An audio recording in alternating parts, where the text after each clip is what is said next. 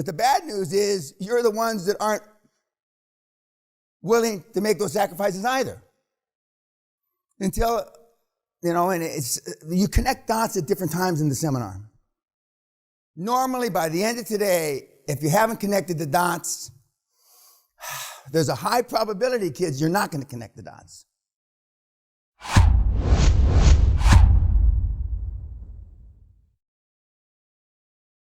Oh, no, Mr. Intellect here. Is that your business attire? Is that how you go in business, dressed like that? Supposed to wear a suit. We know, everybody knows he's one of them. You'd be surprised who the other two are, second and third, and who's fourth and fifth. Why do you think I said that? Because I don't know how to answer the question? Because the questions are maybe too tough? I told you in 27 and a half years, I've only had one person ask me one question 2 seminars ago that I've never been asked before. And for the life of me, I can't remember what the fucking question was now. I thought, and I woke up at 2 o'clock in the morning and I went back to sleep. I woke up at 4 o'clock in the morning. I'll remember it, but I can't remember it now. So if that's early onset dementia, maybe I got it. And remember I said the first morning, and I said it a couple times yesterday, that 95% of the questions, you're asking the wrong questions. And I said a couple times, Josh Kim, and for those of you that say, a few of you in your paperwork, I went through all your paperwork again this morning, just to make sure I'm not getting onset dementia. A few of you said, I've read everything you've done, or I've seen everything you've done, which I know is a lie. If you have, then you're retarded, because if you've read everything, why are you asking the same questions you read? Does everybody follow me so far? And because you're afraid. I understand that. I understand that. Intellectually, I understand it. Emotionally, I don't understand. Even after all these years, I don't emotionally, why some of the things that scare you. Then I got a couple emails, which I'm going to read parts of. It got me thinking about Black Beauty last night and how she wrote me, and she's all proud, and she should be, God damn it. $3.8 million deal. I mean, especially after I left as being chairman. I didn't leave because she's an old good bitch or anything. I just left because she pivoted into something that I'm conflicted. And I said, sorry, honey, I can't do that. Anyway. So I'm even more proud of it, because when I leave as chairman, it's gut-wrenching to the kid. You build all these people over around me, and then I fade into the sunset. But anyway, she pulled her black ass up and did good. God bless her. But 40% of the seminar is gone. 2 of 5 days. And we're going to move on from the chairman today, and you're going to see some other webinars that are germane. If based on, I say this tongue-in-cheek because it's kind of a joke, because you won't think it's so funny, but if you're as ignorant about the process as you appear to be vis-a-vis the questions you asked, then we can start right from the beginning again. And instead of having after we used to have boxing, there was a high level of testosterone. We had boxing the end of the second day, and it was perfect timing. And even the guys that didn't box, it was perfect timing for the class, because you were able to kind of surf on that wave of testosterone till the end of the seminar. Well, we don't have that fucking boxing anymore because of Corona. We've tried to get professional fighters and a bunch of other shit, but it hasn't worked out because of the Corona. But the guys and gal, when I say guys, she knows I mean her too. We got to get over this hump. These are speed bumps. These are not mountains. Got to somehow get over these. We will, believe me. I've been doing this a long time, and there's nobody on the planet better than I am in getting you to do what you don't want to do to get what you want out of life. There's nobody on the planet better than me to do what you don't want to do, though, to get what you want out of life. Everybody this is an exaggeration. Everybody would like wealth. But fortunately for us, not many people are willing to make the sacrifices to create that wealth. So that's the good news. But the bad news is you're the ones that aren't willing to make those sacrifices either. Until, you connect dots at different times in the seminar. Normally, by the end of today, if you haven't connected the dots, there's a high probability, kids, you're not going to connect the dots. There's a high probability. Some of you connect the dots on the way home, the trip home. I get emails from you, an epiphany or whatever. Blah, blah. Some of you connect the dots as soon as you meet your significant other again. Fuck, he was right. That's normally the dots connected there. How did he know? Oh, because I've been doing this 1,000 years, and I've had a gajillion of you.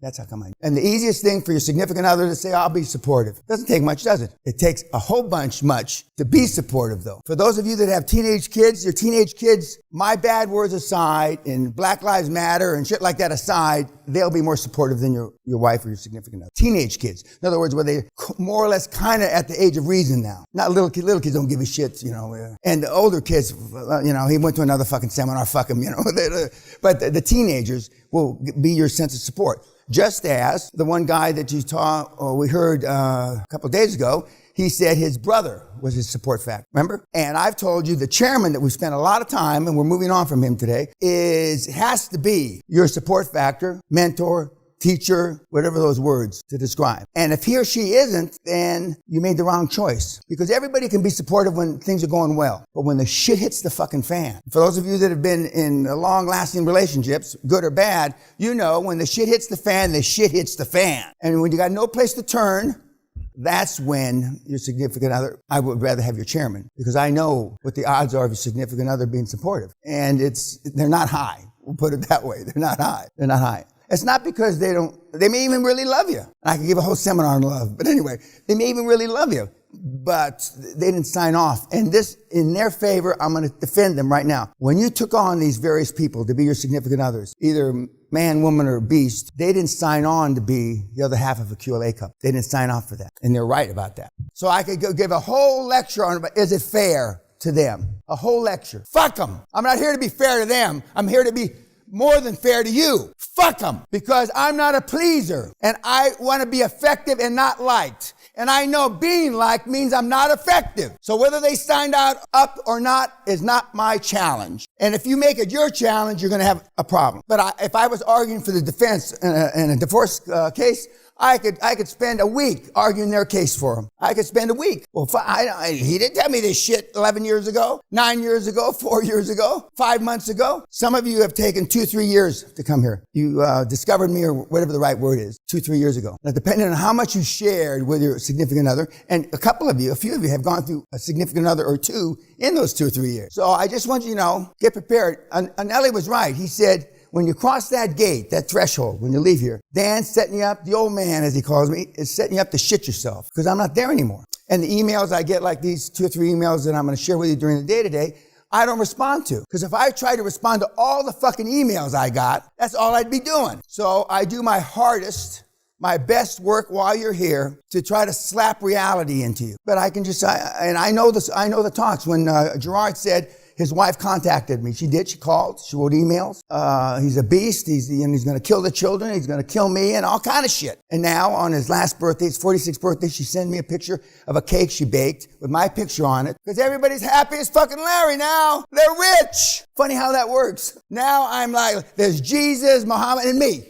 But there was 12 or 15 months in there that was ugly. Now, some of you think that, oh, my wife would never call here. You want to bet? When they see their whole life going down the fucking toilet, everything they signed up for has vanished. We had them show up here at the fucking gate. Oh, my old lady they used to call wives old ladies. I don't know if they do that. My old lady would never come here. Want to bet? With babies in their arms. They've got more balls than you've got. They see their whole way of life disappearing in the short term, because they also agree that these aren't speed bumps. These are fucking Mount Everest. Now, we're going to get around to, saw Nick last night, right? There's only one takeaway. The world's greatest tennis coach since the beginning of tennis doesn't know how to play tennis. I rest my fucking case. Next.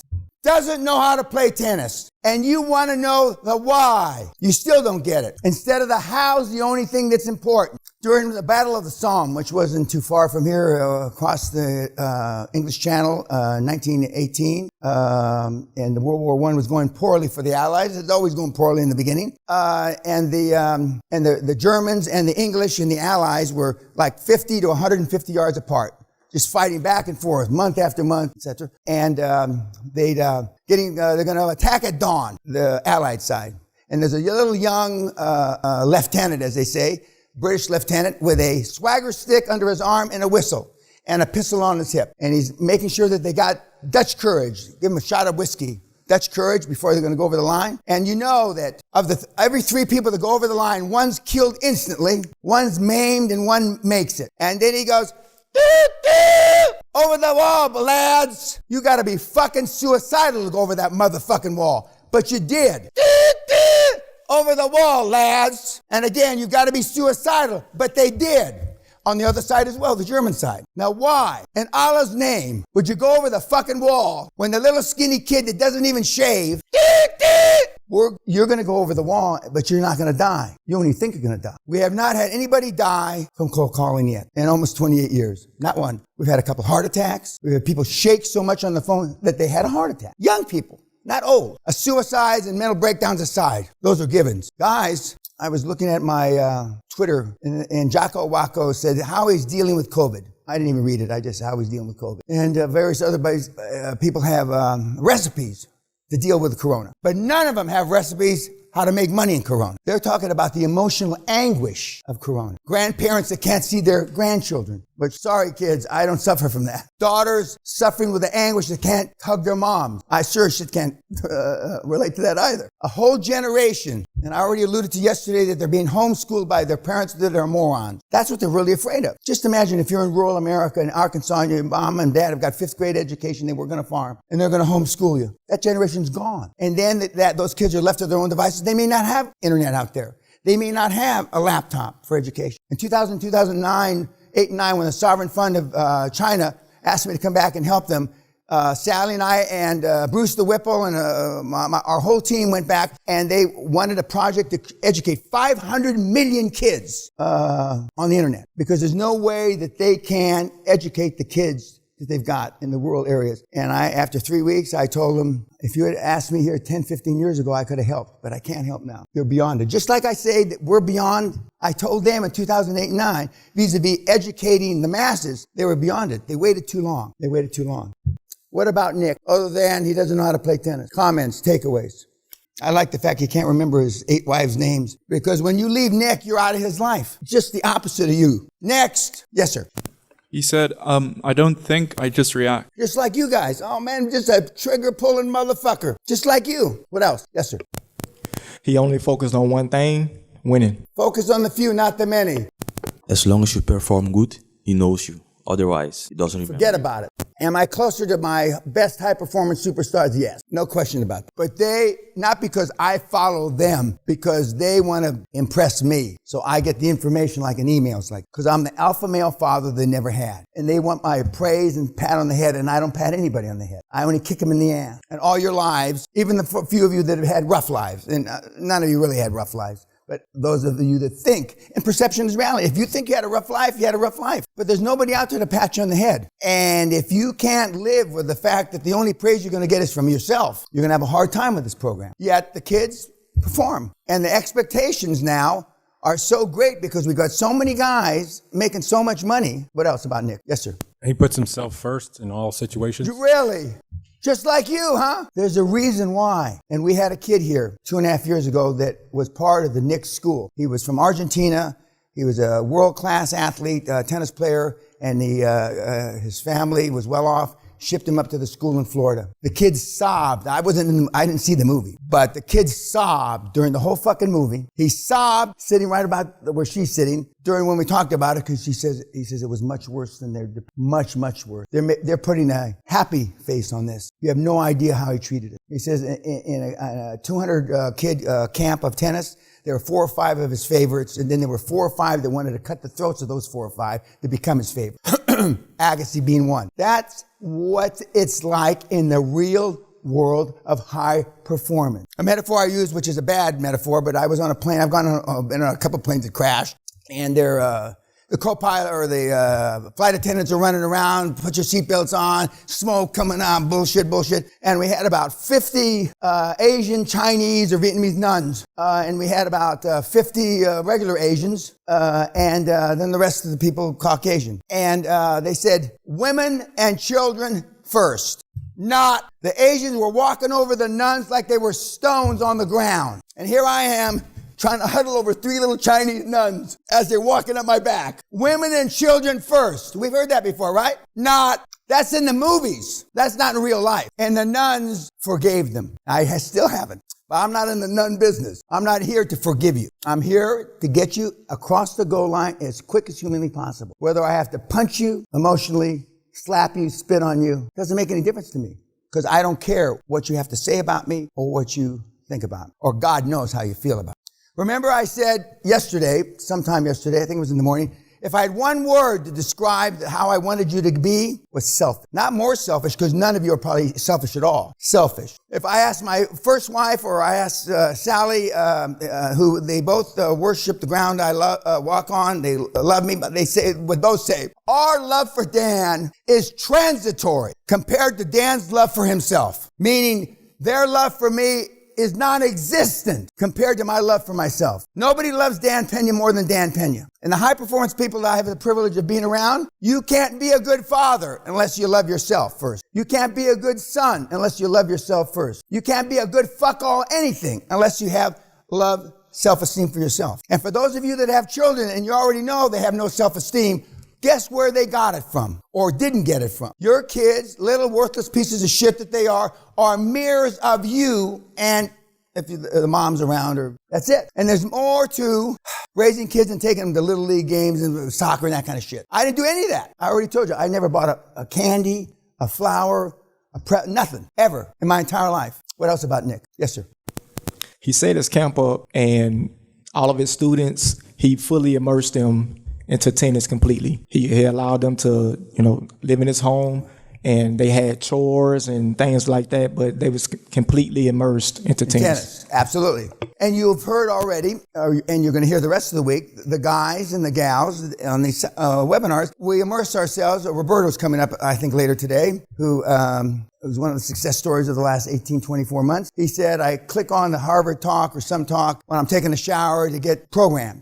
Josh Kim, you're going to hear, when he left here 4 years ago on the train back to London, was listening to me, and one of the other guys, some of you guys that were on the train with him, asked him, well, what are you listening to? I'm listening to Dan. Dan showed us that the people that are the most high performance and that made the most money immersed themselves from the minute they left the castle. That's how the system works. When you're an astronaut, I know this only because I only know one astronaut, and God rest his soul, he's dead now, P.D. Conrad. He says that all you're thinking is walking on the moon, Mars, that's it. There is nothing else. The world-class athletes, and there's 2 or 3 of them up there, all they thought about was standing on the podium first. That's it. There wasn't anything else. And to the extent, not athletically, because my athletic endeavors were abysmal at best, I was going to make fucking money, gobs of it, that you had to load on dump truck. I said this yesterday, not pickup, dump truck. And by God, I remember the day I made $100 million, like when I brushed my teeth this morning, like in a trance, it felt good. And what we need to do, and we must do, and what we will do, is we have to build successes for you to be able to relate back to. Right now, you got dog shit. A couple of you have more than dog shit, but let's call it dog. In the scheme of things, between you and Bill Gates, it's dog shit. Chairman's the first, and and I'm making this big, long speech like a minister, because the chairman you get is going to be the first quasi-high-performance thing you've ever done. Because you're going to get somebody that you thought heretofore wouldn't even talk to you, wouldn't have the time of day for you. I.e., why would the Commandant of the Marine Corps ever talk to me? The kid that got him. I didn't get him. The kid got him. Why would they? Because you and I know the same secret at the end of a 40-year career. Not as broke as you, but they're broke. You don't tell them that. And so, as one of the kids said yesterday, and for some of you tree huggers in the room, it make you feel better, it's because you're their last chance. And that's something you can be proud of. And that's your first success. And then as we go through the rest of the board members and the accountants and the lawyers, by the time you get down to the motivated seller that you close, you've had between 50 and 250 presentations to board members, potential board members, accountants, lawyers, banks, and sellers. Because most of you aren't going to close the first deal that you find. And remind me after lunch to tell you about when we're not on YouTube. One guy, the first deal, and he came up, boom, like Babe Ruth pointed over the fence. I've only had one guy that did that, and it turned to tears, unfortunately. But it's a building block process, one after another. And then pretty soon, you feel like somebody by the time you get to the motivated seller, because you practice. Now, Andres, with the greatest respect, Andres still does, his communication skills are okay, but he's not fucking, Laurence Olivier, or, I'm told he's much better in German. I believe he is, because his German's his primary language. But it's a building block process, but it all starts with the chairman. What else about Nick? Yes, sir. It basically said that he was more than just a tennis coach. He was a life coach, because he helped the kid have a strong, basically be mentally prepared to be a champion. What he should have said, and I have talked to him personally, psychologically prepared, because it's, as he pointed out when in the example that was given by a couple of the pros, high-profile guys he coached a few years ago, he got one to psych the other one out, and that happens all the time. That's what primarily the trash talk in the fighters started as. Trash talking, so, to try to get a mental edge. The trash talking didn't work too well with Mr. Tyson. He says, everybody's got a plan until I punch him in the, he said actually, punch him in the fucking face. And he's right about that. Everybody's got a plan until you bite their nose off. I can attest to that. I don't care how fucking tough you are. If Dan Pena's lips are getting around your face, you're fucked. You are fucked. You look at me like I'm Hannibal Lecter from fucking, I am. And there are guys like, you know who Hannibal Lecter is? The movie? Yeah. There are guys like that, believe me. Normally the Hannibal Lecters are the little guys because they can't fight. So even a little guy, you bite a big guy's nose off, the fight's over. I happen to be a big guy that could fight that also did that. So that made me a double threat. And then I was a psycho because I thought I was tough, i.e. the Cotton Club, dancing around like I'm fucking Sugar Ray Leonard. Fucking what possessed me? God! The devil possessed me. That's what possessed me there. I've seen all those black faces. I can close my eyes, I can see them all. But anyway, okay. Nick didn't know how to play play tennis. He used psychological warfare, basically. 187 titles, if I remember correctly. That's back then. This movie's 4 or 5 years old. So I know he's got more than that now. And I called him and I tried to get a meeting with him at the US Open about 5 years ago. I wanted to get him here. All the big hitters, not the least of which is him, that I tried to get here, none of them came. But that's a whole other story why they didn't come. And I talked to him on the phone and he liked the idea and then he turned me over to his assistant and his assistant says, it's not likely he's going to come, Mr. Pena. That's a long way for an 88-year-old or 87-year-old guy to be on a plane. I didn't think, when I'm 88, if I can't fly across the fucking Atlantic Ocean, I'll jump out and drown myself. But, and he didn't come. But, he understood. Funny enough, he had heard about me. But it's like in 1993 when last time I saw Donald Trump. It's the MGM Grand Hotel in Las Vegas, grand opening. I think it was April 93, something like that. And we're going into the elevators to the penthouse. And I had my two sons with me. Not dissimilar to how Anelli's sons looked when he showed up. And when we went in and Mr. Trump said or Donald said, he doesn't like to shake hands. He's a germ freak. So this corona thing, I can't imagine what he was thinking. And he says, I hear, Dan, that you're trying to teach stupid people how to be rich. Yes, that's correct, Donald. He just laughed. Because all the big hitters don't understand why you don't get it. I mean that. I'm not just yanking your chain because you're here. They don't understand how you don't understand. They just flat ass don't get it. That's the last time I saw it. But we shared lawyers. We had the former governor of New York who was on my board, in the law firm, the big law firm in New York City. He used the same law. And again, okay, now I'm using the same law firm as Donald Trump. I currently, not recently, but use the same law firm as the White House used. And who do you use? Your cousin, your third cousin who'll give you a discount rate, right? Right. You heard Tom cry about paying $5,000 an hour for that meeting. Two partners and two associates. Because what are you taught? You're taught to, what else about Nick? Yes, sir. I noticed that he didn't focus on correcting any weaknesses. He only focused on their strengths. Great point.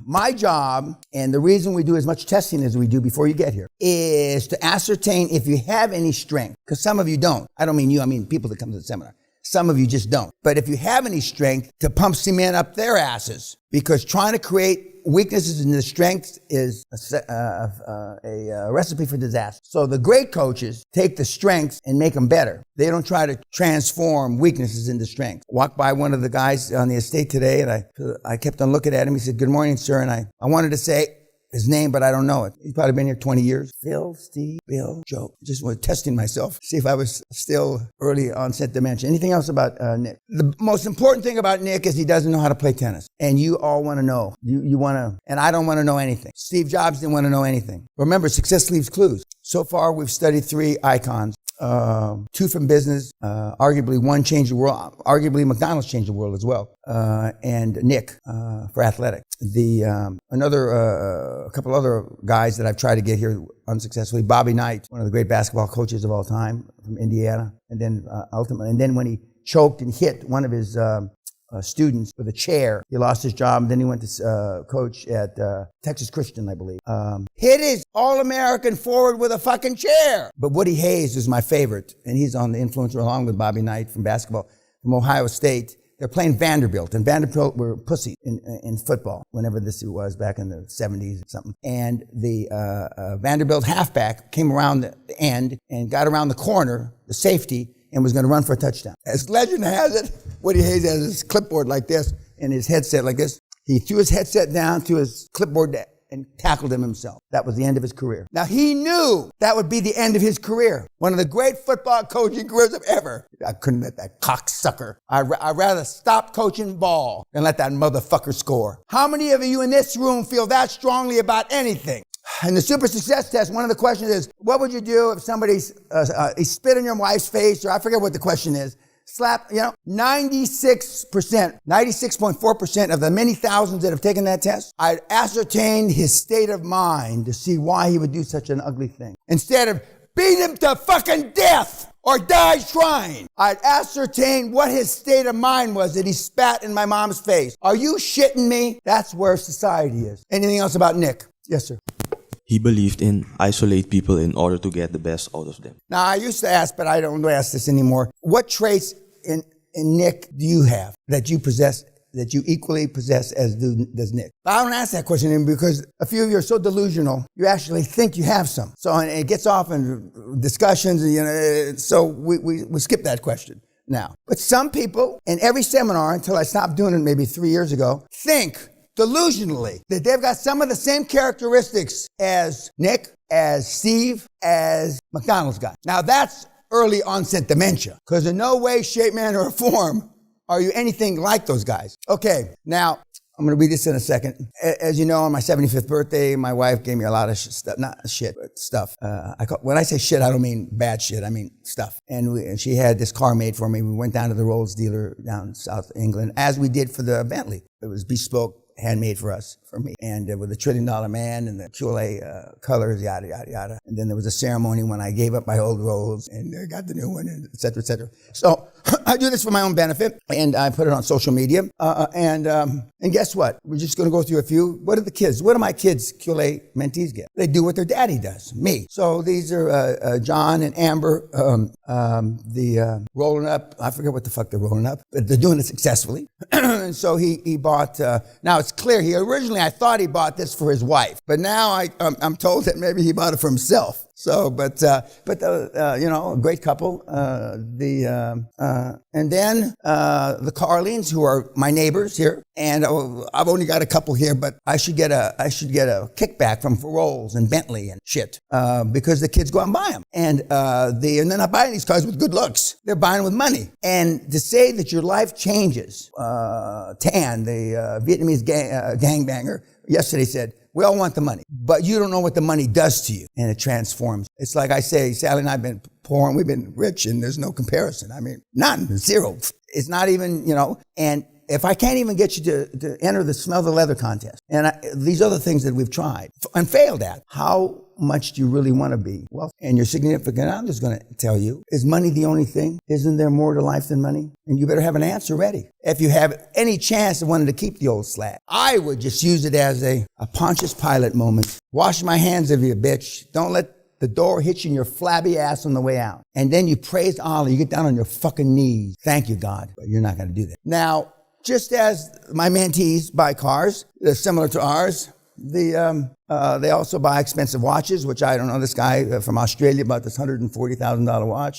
which doesn't, just because I never heard of it doesn't mean shit. Okay. And they send me these all the time. I get these, Thomas, who you're going to hear again today, is buying an $8 million house, which is no big fucking deal to me, $8 million, but apparently in Toronto, Canada, it's a big fucking deal. And this is what I see, and more of it since Corona. Now, your parents would say, don't buy the $8 million, just as his parents are telling him, don't buy the $8 million house. Now, Corona's here. The world may end. As we know it, the free world's going to end. And of course, I tell them, go balls out. Go balls to the wall. Because then you don't have a backup plan. Then you got to make it work. You got a guy from Manhattan during Corona, did 11 deals. 11. And, not that. Let's see, where is, no, okay, that's...